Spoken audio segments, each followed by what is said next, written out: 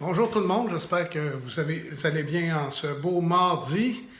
Pour notre part, nous, ici, ça va très bien. Il y a toujours des petites choses, mais c'est des choses qui se gèrent bien, hein. Comme vous voyez aussi, j'ai ma coupe d'été depuis dimanche. C'est un gros changement.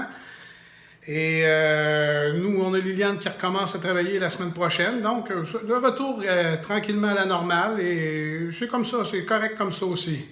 Aujourd'hui, je voulais vous partager un petit peu comment est-ce que Dieu agit encore aujourd'hui. Peut-être que des fois, votre corps vous fait souffrir, vous avez des difficultés avec, puis vous dites, ah, je suis tanné, Dieu agit pas tant que ça, mais je voudrais vous donner un témoignage aujourd'hui, comme quoi que avec des personnes que vous connaissez de notre Église, des choses qui se sont passées, des personnes que vous connaissez, des témoignages de guérison dans le corps. Et je voudrais commencer par le premier, c'était il y a plusieurs années, on va dire une vingtaine d'années, dans une autre église, on faisait des croix chantantes puis des arbres de Noël chantants. Fait que c'était des grosses chorales, ça prenait des mois et des mois à mettre en place. Il fallait pratiquer longtemps les chants, ça coûtait cher. Écoute, c'était une grosse évangélisation. Donc, on mettait beaucoup de temps et beaucoup d'énergie là-dedans. Puis Liliane, qui est mon épouse, elle était dans les chants et elle faisait des solos. Et elle n'avait pas de backup. Ça veut dire que lorsqu'elle pratiquait un solo, il n'y avait personne d'autre qui pouvait le faire. Peut-être qu'on aurait pu à la dernière minute changer, mais c'était fait comme ça. Elle chantait et elle devait apporter une prestation pendant 3 soirs. Et comme ce qui devait arriver arriva, la journée avant de faire les spectacles, elle a eu une laryngite. Puis elle n'était plus capable de parler, elle avait toute la gorge toute envoyée en dedans, là, c'était toute rouge, toute enflée. Puis elle n'était pas capable de chanter, fait que ça a été la panique. Et lorsque la panique arrive, ben, qu'est-ce qui est arrivé? C'est qu'on a prié. Avec l'Église, on a prié pour la guérison et qu'il y ait quelque chose qui se passe dans son corps et que le spectacle puisse avoir lieu encore parce qu'on avait beaucoup investi. Et on est arrivé le soir, à l'heure du spectacle, on était dans les marches. Puis tout d'un coup, Liliane, elle me dit, écoute, je dis, je sens plus rien. Elle dit, j'ai plus mal. Là, puis là, elle m'a demandé, j'ai regardé, voir ça avait encore la gorge toute rouge et on voyait plus de rougeur. Fait qu'elle a été guérie, elle a pu donner sa prestation pendant les 3 jours.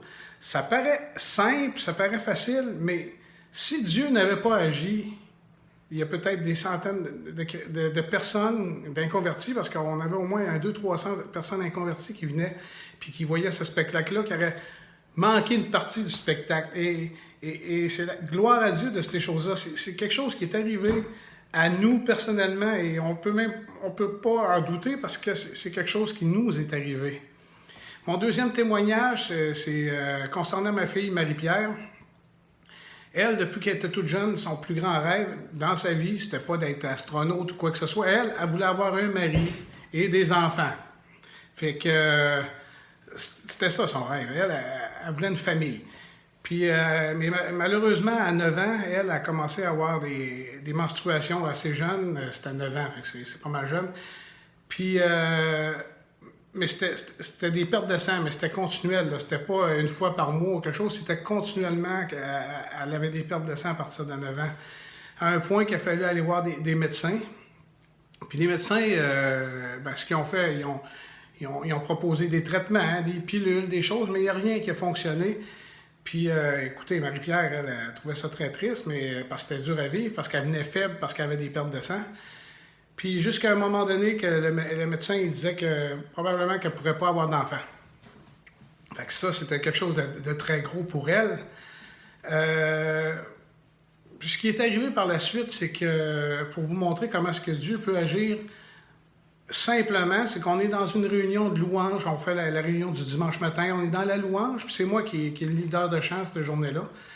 Puis j'ai à cœur de prier pour les maladies, les malades. Et pas particulièrement ma fille. Je pense même pas à elle du tout. Fait que ce que je fais descendre la musique, puis tranquillement j'introduis, j'ai à cœur ceux qui veulent avancer pour la prière. Avancez-vous en avant, on va prier les uns pour les autres. C'était même pas un tel pasteur, non, c'était les gens de l'Église qui priaient simplement les uns pour les autres. Et là, les gens ont avancé. Les gens ont avancé, mais Marie-Pierre, elle ne pouvait pas avancer parce qu'à l'époque, on avait les deux plus jeunes. Puis moi et Liliane, on était sur le stage. Fait que, vu qu'elle gardait les deux plus jeunes, ben, elle ne pouvait pas avancer, mais elle aimait avancer pour dire, moi, je veux être guéri, je veux qu'il y ait quelque chose. Puis là, elle s'est dit dans sa tête, Seigneur, si tu veux me guérir, envoie quelqu'un s'occuper des enfants. Et là, il y a une sœur de l'église qui s'est levée. Elle est venue voir Marie-Pierre. Marie-Pierre, elle dit, si tu veux avancer, elle dit, je vais m'occuper des enfants. Elle est avancée et il n'y a pas eu de grand cri, il n'y a pas rien eu d'extraordinaire. Tout ce qu'il y a eu, c'est qu'on a prié pour elle et elle a été guérie. Et aujourd'hui, Marie-Pierre, elle a 4 enfants, 4 filles. Elle a une famille, elle a un mari, elle mène une belle vie. Puis ça, c'est quelque chose que Dieu lui a accordé. Nous, on le sait aujourd'hui. Donc, si je vous en parle, c'est que moi, dans la parole de Dieu, quand je lis, c'est Dieu est le même hier, aujourd'hui, éternellement. Et ce qu'il a fait dans le passé, dans le temps de l'Ancien Testament, dans le temps des apôtres, qu'il a fait dans ma propre vie et qu'il a fait dans la vie de plusieurs personnes, il va le faire encore aujourd'hui. Et ma prière aujourd'hui, c'est attendons-nous à Dieu.